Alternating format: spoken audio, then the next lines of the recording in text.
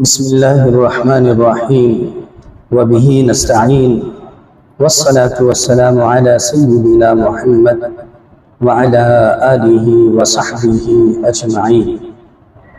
میرے محترم بزرگوں، بھائیوں، دوستوں، ابھی جو حالات چل رہے ہیں اس حالات میں بندے بہت سارے مصائب، بہت ساری پریشانیاں، بہت سارے حالات میں گھرا ہوا ہے، اور اس میں جو اہم چیز ہے جس کی وجہ سے بندہ بہت ہی زیادہ پریشان ہے وہ ہے قرض۔ قرض میں بندہ ایسا ڈوبا ہوا ہے کہ نکلنے کا راستہ نہیں ملتا، اور جس کا اس نے قرض لیا ہے اس کی طرف سے پریشر اتنا زیادہ ہے کہ یہ بندہ پریشانی کے عالم میں ہے، ان کو اپنی عزت داؤں پہ لگی ہوئی ہے۔ ایسی صورت میں پیارے حبیب صلی اللہ علیہ وسلم کی وہ دعا یاد آ رہی ہے جو پیارے حبیب صلی اللہ علیہ وسلم نے حضرت علی رضی اللہ عنہ کو بتلایا تھا۔ پیارے حبیب صلی اللہ علیہ وسلم نے حضرت علی رضی اللہ عنہ کو بتلایا، ارشاد فرمایا کہ اگر تمہارے اوپر یا کسی کے اوپر احد پہاڑ کے برابر بھی قرض ہو تو اللہ رب العزت غیب سے انتظام فرما دیں گے اس کی ادائیگی کی۔ پیارے حبیب نے کیا دعا ارشاد فرمائی، کیا دعا بتلایا؟ اللہم اکفنی بحلالک عن حرامک واغننی بفضلک عمن سواک۔ یہ پیارے حبیب صلی اللہ علیہ وسلم نے حضرت علی رضی اللہ عنہ کو بتلایا۔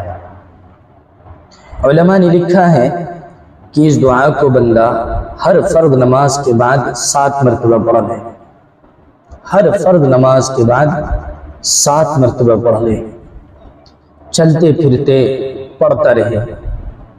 ایک اہم بات یہاں پر بتا دینا ضروری سمجھتا ہوں، وہ یہ ہے کہ بندہ اولاً پاکی کا اہتمام کرے۔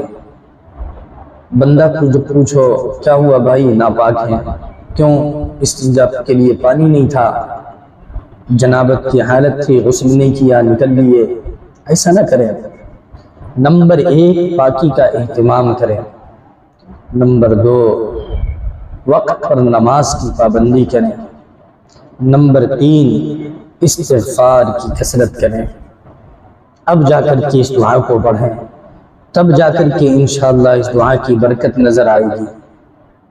اللہ کے نبی صلی اللہ علیہ وسلم نے جب یہ ارشاد فرما دیا کہ احد پہاڑ کے جتنا بھی قرض ہو تو اللہ رب العزت غیب سے انتظام فرما دیں گے، یہ حق ہے، سچ ہے۔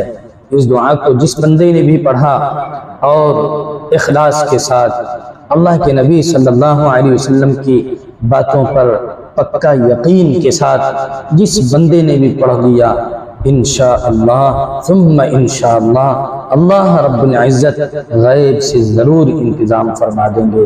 یہ میرا عقیدہ ہے، یہ میرا ایمان ہے، یہی ایمان ہونا چاہیے کہ پیارے حبیب صلی اللہ علیہ وسلم نے جن باتوں کو بتلا دیا، جن باتوں کو کہہ دیا، وہ حق ہے، وہ سچ ہے، وہ ہو کر رہے گا انشاءاللہ۔